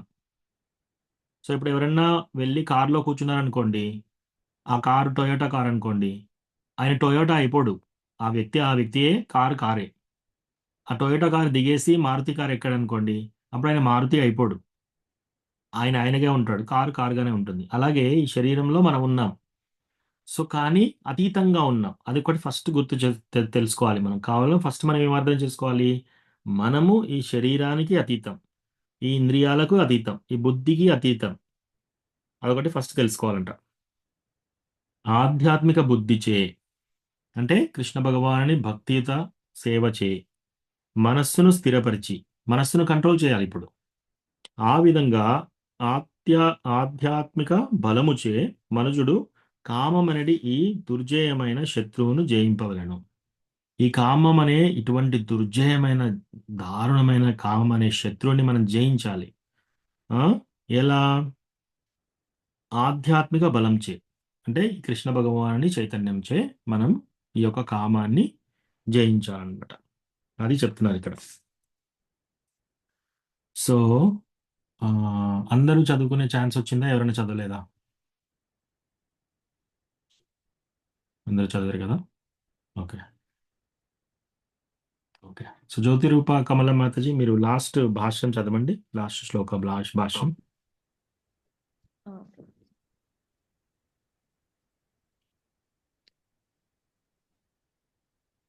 భాష్యం ప్రభుపాదుల వార్చ. మనిషి నిరాకార శూన్యమునే చరమమైనదిగా భావింపక తనను భగవంతుని నిత్యదాసునిగా తెలుసుకోవడం ద్వారా కృష్ణ భక్తి భావనను పొందాలని భగవద్గీతలోని ఈ 3వ అధ్యాయం నిష్కర్షగా మార్గదర్శనము చేస్తున్నది. భౌతిక జీవన అస్తిత్వంలో మనిషి తప్పకుండా కామవాంఛచే ప్రకృతి వనరులపై ఆధిపత్యం చెలాయించాలనే కోరికచే ప్రభావితుడవుతాడు. ఆధిపత్య వాంఛ, ఇంద్రియ భోగ కోరిక అనేదే బద్ధజీవుని గొప్ప శత్రువు. కానీ కృష్ణ భక్తి భావన బలంచే మనిషి ఇంద్రియాలను, మనస్సును, బుద్ధిని నియంత్రించగలుగుతాడు. అతడు తన పనులను, ధర్మాలను అకస్మాత్తుగా విడిచిపెట్టకపోయినా క్రమంగా కృష్ణ భక్తి భావనను వృద్ధి చేసుకోవడం ద్వారా తన విశుద్ధ స్థితికి దోహదమయ్యే స్థిరమైన బుద్ధిచే భౌతికేంద్రియాలు, మనస్సు ప్రభావము లేనటి దివ్య స్థితిలో నెలకొనగలుగుతాడు. ఇదే ఈ అధ్యాయం యొక్క సమగ్ర సారాంశము. అపరిపక్వ జీవన స్థితిలో తాత్విక కల్పనలు, నామమాత్ర యోగ సాధన ద్వారా ఇంద్రియ నిగ్రహానికి కృత్రిమ యత్నాలు మనిషికి ఆధ్యాత్మిక జీవనం వైపుకు తోడ్పడవు. ఉన్నతమైన బుద్ధి ద్వారా కృష్ణ భక్తి భావనలో అతడు తప్పకుండా శిక్షణను పొందవలసి ఉంటుంది. శ్రీమద్ భగవద్గీతలోని కర్మయోగము లేదా కృష్ణ భక్తి భావనలో విద్యుక్త ధర్మ నిర్వహణ అనే 3వ అధ్యాయానికి భక్తి వేదాంత భాష్యం సమాప్తం. Hare Krishna Prabhuji. Thank you Mataji. So summary ఏంటంటే, ప్రతి ఒక్క జీవి ఏం చేస్తున్నాడంటే ఇక్కడ స్వామి భావం అంటే నేను స్వామిని ఇక్కడ. ఈ ఫ్యామిలీకి నేను స్వామిని, ఈ యొక్క పిల్లలకి నేను స్వామిని, ఈ వాడకి నేను స్వామిని, స్కూల్ టీచర్ ఏమనుకుంటున్నాడు, ఈ క్లాస్కి నేను స్వామిని, ప్రొపరైటర్. ఒక ఎంప్లాయీ ఏమనుకుంటున్నాడు, ఈ కంపెనీలో నేను స్వామిని, నేను ప్రొపరైటర్. సో ప్రతి ఒక్కరు అలా అనుకుంటున్నారు అన్నమాట. నా వల్ల ఇదంతా జరుగుతుంది, నేను చేస్తున్నాను ఇది, నలుగురికి నేను హెల్ప్ చేస్తున్నాను, నలుగురు నా కింద సహాయం పొందుతున్నారు. ఇట్లా స్వామి భావం. అట్లా రకరకాలుగా ఇవన్నీ వదిలేసి ఇటువంటి ఇంద్రియ భోగ వాంఛ మరియు స్వామిత్వ భావము బద్ధ జీవునకు గొప్ప శత్రువు. ఇటువంటి ఆలోచన ఉన్నంత వరకు మనం బద్ధ జీవితంలోనే ఉంటాం. అంటే మళ్ళీ జన్మ, మళ్ళీ మరణం. కాబట్టి ఆదిలోనే ఫస్ట్ ఏం చేయాలి మనం డివోషనల్ సర్వీస్లో ప్రోగ్రెస్ కావాలంటే ఈ కామాన్ని ముందు అనగదొక్కేసేయాలి, జయించాలన్నమాట. అది ఎలా సాధ్యపడుతుంది? ఓన్లీ కృష్ణ భగవానుడి భక్తిలో మనం వచ్చేసి మనం చాంటింగ్ చేస్తూ ప్లస్ భక్తుల సాంగత్యంలో ఉంటూ అలా ఉంటేనే ఇది సాధ్యపడుతుంది అనమాట. మనం భక్తిలో సిన్సియారిటీ బాగా డెవలప్ చేసుకుంటే అప్పుడు దీని నుంచి మనం బయటపడగలుగుతామని ఈ యొక్క భాష్యంలో చెప్తున్నారు అనమాట. సో హరి బోల్, మనం 3వ చాప్టర్ ఫైనల్లీ కంప్లీట్ చేశాం. సో ఎవరికైనా ఏమైనా ప్రశ్నలు ఈరోజు చదివిన దాంట్లో ఉంటే అడగండి, లేకపోతే హరే మనం కృష్ణ ప్రభుజీ. ఎస్ మాతాజీ. ప్రభుజీ, ఇప్పుడు కుటుంబం మీద వ్యామోహం అనేది ఉంటది అన్నారు కదా ప్రభుజీ. మరి వ్యామోహానికి ప్రేమకు తేడా ఏంటి ప్రభుజీ?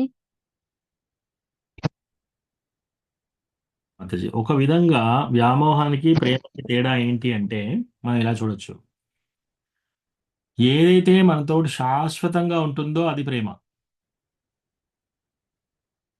ఈ జన్మలో ఐదర్ మనం వాళ్ళకు దూరం కావడం కానీ వాళ్ళు మనకు దూరం కావడం కానీ జరుగుతుంది అంటే అది ప్రేమ కాదు.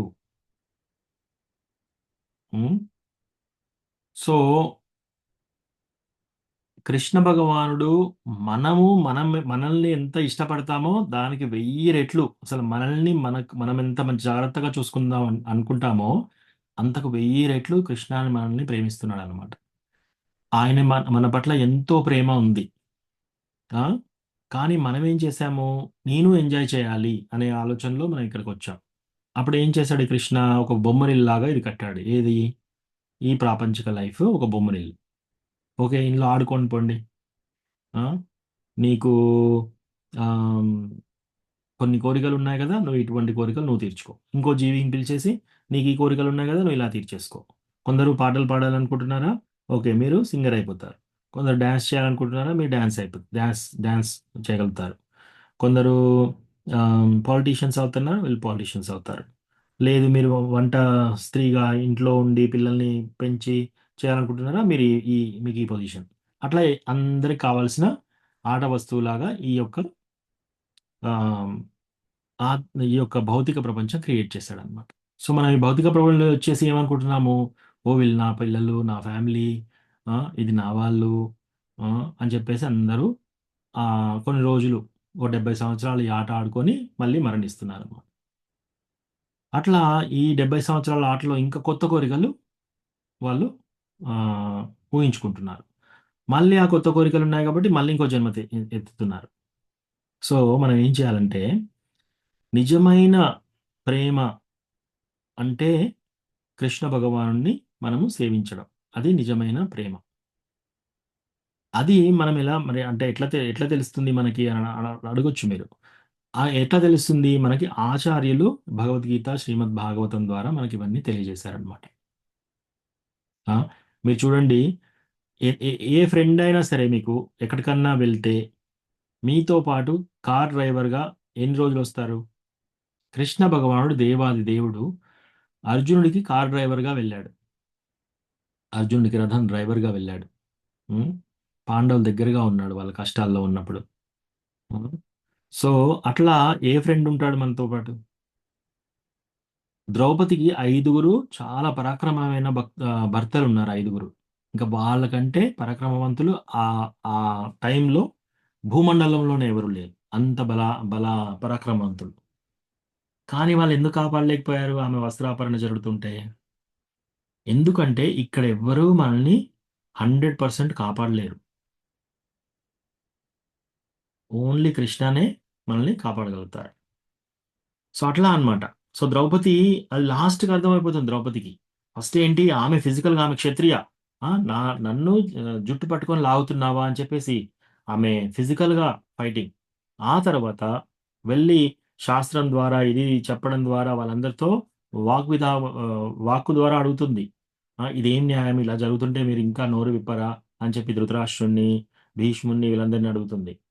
అట్లా ఆమె అడుగుతూ లాస్ట్‌కి ఏం చేసింది? హే కృష్ణ, హే గోవింద, నువ్వే నన్ను కాపాడాలి అని చెప్పేసి ఆమె తల ఎత్తేసిందనమాట. సారీ, చేతులు ఎత్తేసింది. మీరు ఇంకోటి హిరణ్యకశిపు ప్రహ్లాద్ మహారాజుని చూడండి. హిరణ్యకశిపు కోరిక ఏంటి? 10,000 సంవత్సరాలు తపస్సు చేసి ఆయన మరణించకుండా ఉండాలనే కోరిక కోరుకున్నాడు. మరి ప్రహ్లాద్ మహారాజ్ ఏం కోరుకున్నాడు? ఏమి కోరుకోలే ఆయన. అసలు ఆయన బతికుండాలని, చనిపోకూడదని ఒక కోరిక కూడా లేదు ఆయనకి. సో ఆయన ఏంటి? ఏదైనా పర్వాలేదు, అన్నీ కృష్ణ. కృష్ణ నన్ను ఉంచాలనుకుంటే ఉంచుతాడు, నన్ను సేవ్ చేయాలనుకుంటే సేవ్ చేస్తాడు, లేకపోతే లేదు. అలా ఈయన ఉన్నాడు. ఎన్ని విధాలుగా ప్రయత్నం చేసినా కూడా తండ్రి చంపలేకపోయాడు. ఆ తండ్రికి ఎటువంటి భోగం ఉందో చూడండి. 14 లోకాలు జయించాడు. అందరు దేవతల్ని ఆయన కంట్రోల్‌లో పెట్టుకున్నాడు. ఇప్పుడు సపోజ్ మీకు ఎండాకాలం 50 డిగ్రీల సెంటీగ్రేడ్ ఎండ ఉన్నప్పుడు హిరణ్యకశిపు ఇలా చూసేసి వరుణదేవుడికి, వాయుదేవుడికి చూడగానే నా వాతావరణం ఇప్పుడు కరెక్ట్‌గా 23 డిగ్రీలు కావాలి. అంటే మొత్తం ఆ యొక్క ప్లానెట్ మొత్తం 23 డిగ్రీలు చేసేస్తారు. అంత కెపాసిటీ ఉంది ఆయనకి. 14 లోకాలు జయించాడు.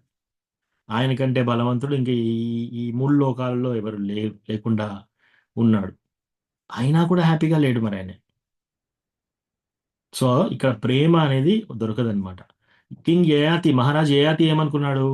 ఈ దేవయానితో నేను సుఖం అనుభవిస్తే ఇదే ప్రేమ, మా ఇద్దరి మధ్యలో ప్రేమ ఉంది అనుకున్నాడు. కానీ ఆయనే 1000 సంవత్సరాల తర్వాత తెలుసుకోగలిగాడు అనమాట. లేదు, దీంట్లో ప్రేమ లేదు, తృప్తి లేదు. సో ఏ భర్త కూడా భార్యను 100% ప్రేమించలేడు. ఏ భార్య కూడా భర్తను 100% ప్రేమించలేదు. ఇది ఈ భౌతిక ప్రపంచం యొక్క పరిస్థితి. నిజమైన ప్రేమ ఎక్కడుంది? ఆధ్యాత్మిక ప్రపంచంలో కృష్ణ భగవానుడితోనే నిజమైన ప్రేమ ఉంది. సో అది నిజమైన ప్రేమ. ఇక్కడంతా తలక్రిందులు, రిఫ్లెక్షన్. ఇప్పుడు నీళ్ళలోకి వెళ్ళినప్పుడు మీరు ఎట్లయితే రిఫ్లెక్షన్ చూస్తారో చెట్టు ఎలా కనబడుతుంది? రివర్స్ కనబడుతుంది. అట్లాగే ఈ ప్రాపంచిక లైఫ్లో అన్ని తలక్రిందులుగా ఉన్నాయి. ఊర్ధ్వమూలం అధశాకం అశ్వత్థం ప్రాహురవ్యయం ఛందాంసి యస్య పర్ణాని యత్సం వేదస వేదవిత్. ఊర్ధ్వమూలం అధశాకం, తలక్రిందులుగా వేర్లు పైకి ఉన్నాయి, బ్రాంచెస్ కిందికి ఉన్నాయి, కొమ్మలు కిందికి ఉన్నాయి. సో ఇక్కడ అన్ని అటువంటిది అనమాట. ఇది మనం ప్రేమ అనుకుంటున్నాం, కానీ ఇది నిజమైన ప్రేమ కాదు. ఓకేనా మాతాజీ? ఓకే ప్రభుజీ. అయితే ఇంకొకటి ప్రభుజీ, అంటే నార్మల్ గా పిల్లల మీద ప్రేమ అనేది ఉంటుంది కదా ప్రభుజీ. ఉమ్, అయితే మా నాన్న, మేము ఒకప్పుడు అనుకునేది ప్రభుజీ, ఎవరి మీద మా నాన్నకి ప్రేమ అనేది ఉండదు ప్రభుజీ. అంటే బాధ్యత లాగా చూస్తాడు, వీళ్ళని పెంచాలి, పోషించాలి అంతే. ఉమ్, అరే రండి, మీకు ఏదైనా బాధ ఉందా, నాతో చెప్పుకోండి, నేను దాన్ని తీరుస్తాను అని ఎప్పుడూ అనలేదు. మా పిల్లల మీద కూడా అంతే, రండి అని ఊళ్ళో కూర్చోపెట్టడం, అటు ఇటు అలా ఎప్పుడు చేయలేదు. మేము మాకు ఊహ వచ్చినప్పటి నుండి ఇప్పుడు మా పిల్లల వరకు కూడా అప్పుడు ఎట్లున్నాడు ఇప్పుడు అలాగే ఉంది. అంటే మేము అనుకునేది అసలు మా నాన్నకు ప్రేమ అంటేనేదే లేదా, ప్రేమ ఎందుకు ఇట్లా ఉంటాడు, మాకు ప్రేమ కావాలని మా కోరిక. మా నాన్న అట్లా ప్రేమ అనేది చూపించకపోయేది. ఇది ఒక్క డౌట్ అట్లనే ఉండిపోయేది ప్రభుజీ. ఇప్పుడు మీరు చెప్తే అర్థం అవుతుంది. అంటే మరి ఆ ప్రేమ లేకపోతే భగవంతుని మీద ప్రేమ అనేది ఎట్లా పుడుతుంది ప్రభుజీ? అంటే మా నాన్న దేవుణ్ణి నమ్మడు ప్రభుజీ. ఉమ్. సో మాతాజీ మీరేం మరి చేశారు? మన మీ చిన్నప్పుడు మీరు ప్రేమ ఎక్కడ వెతికారు? మీ తండ్రి దగ్గర వెతికారు. సో మీకు అక్కడ దొరకలేదు. తర్వాత ఏం చేశారు? మీరు ప్రేమ మీ తల్లి దగ్గర వెతికారు. మీరు డీప్గా చూస్తే అక్కడ కూడా దొరకదు. తర్వాత ఏం చేస్తున్నారు? మీరు ప్రేమ ఇప్పుడు పిల్లలతో చూస్తున్నారు.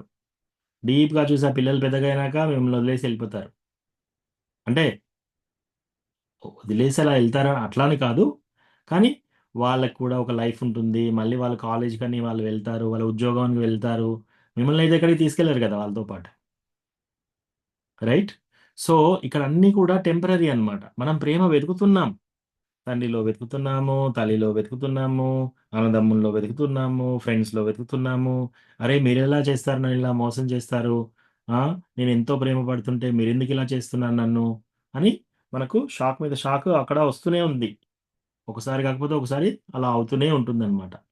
సో తద్వారా మనం తెలుసుకోవాలి ఫస్ట్ ఏంటి, ఇక్కడ అంతా తేడా తేడాగా ఉంది, ఇది నిజమైన ప్రేమ స్థలం కాదు.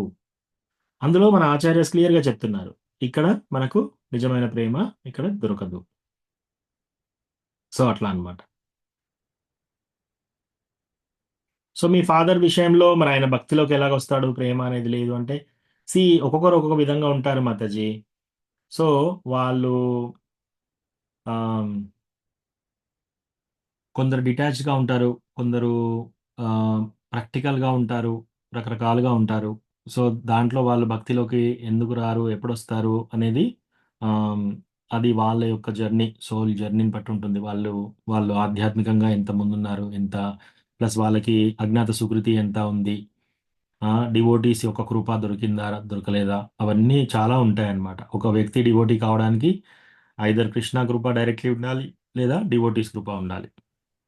అవి లేకపోతే ఇప్పుడు భక్తి జీవితంలో రావడం చాలా కష్టం. సో మీరు వచ్చారు కాబట్టి మీ ఫ్యామిలీ మెంబర్స్ అందరికీ ఉపయోగం మాత్రం డెఫినెట్గా అవుతుంది. ఓకేనా Saritha Mataji? Okay Prabhuji, thank you, ధన్యవాదాలు ప్రభుజీ. హరే కృష్ణ. ఎస్ రాధా గౌరంగి మాతాజీ. ప్రభుజీ, ప్రియ గోపి మీకు ప్రణామాలు చెప్తుంది ప్రభుజీ. హరే కృష్ణ, దండవత్ ప్రణామ్.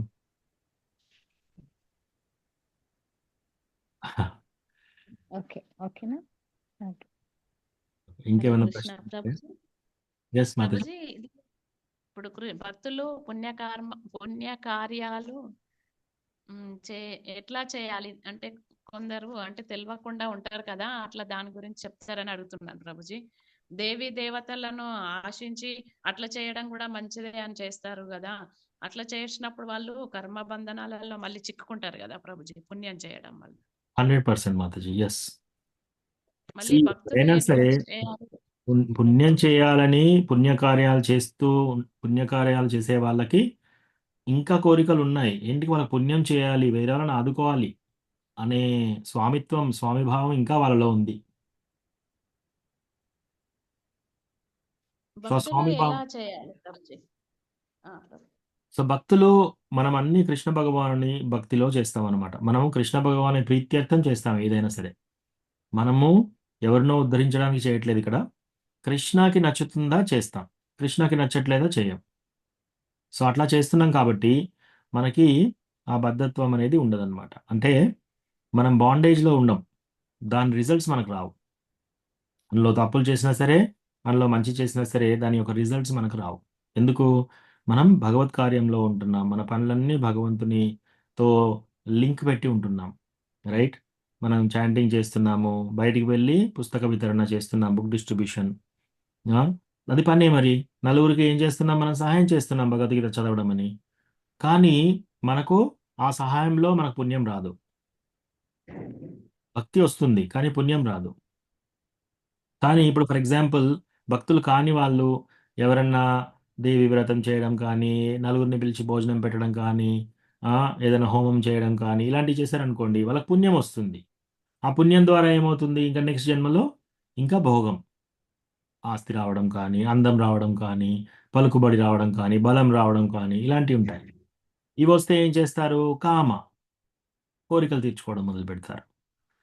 సో అది మెయిన్ థింగ్. వాళ్ళకి ఏంటంటే నెక్స్ట్ లైఫ్లో నేను స్వర్గానికి వెళ్ళాలి, లేదా ఫ్యూచర్లో బాగుండాలి, నేను నలుగురికి బాగు చేస్తే నాకు బాగు జరుగుతుంది.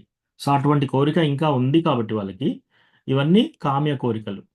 సో వీటిని తీర్చుకుంటూ ఉండే వాళ్ళకి భక్తి అనేది ఏర్పడదు. సో అందుకే మనం ఏం చేయాలి? డివోటీస్ దగ్గరికి వెళ్ళి, ఆచార్యుల దగ్గరికి వెళ్ళి అసలు రైట్ థింగ్ ఏంటిది.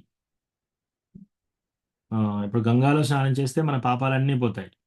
అదే మీరు యమునలో స్నానం చేస్తే మీ పుణ్యాలన్నీ కూడా పోతాయి. సో ఇది ఎవరికైనా చెప్పామనుకోండి, వాళ్ళు యమునలో స్నానం చేయడానికి వెనకాడతారు. కానీ డివోటీస్ అలా కాదు కదా, వాళ్ళు అక్కడ వెళ్ళి స్నానం చేస్తారు. మన పుణ్య పోతుంది, పాపం పోతుంది, రెండు. మన అకౌంట్ క్లీన్. సో ఈ భగవంతుని భక్తి చేస్తూ చేస్తూ కృష్ణ వల్ల మనల్ని ఎక్కడ అపాయింట్ చేస్తాడో అక్కడికి వెళ్తాం. మళ్ళీ అక్కడ కూడా భక్తి చేస్తూ ఉంటాం. ఒకవేళ ఆయనకి ఇష్టమై గోలోక బృందావనం తీసుకెళ్తే అక్కడికి వెళ్తాం. అంత కృష్ణ ఇష్టం. కానీ వీళ్ళందరికీ అలా ఉండదు. ఈ వ్రతం ఎందుకు చేస్తున్నారు? ఏదో ఒకటి పొందాలి ఫ్యూచర్లో. ఐదర్ పేరు ప్రతిష్ట రావాలి, లేదా ముందు ముందు భోగం రావాలి. ఆ భోగం ద్వారా వీళ్ళు ఎంజాయ్ చేయాలి. అది వాళ్ళ యొక్క కోరిక. ఓకేనా Mataji? Okay Prabhuji. Hare Krishna. Thank you. Okay. ఇంకేమైనా ప్రశ్నలు ఉన్నాయా?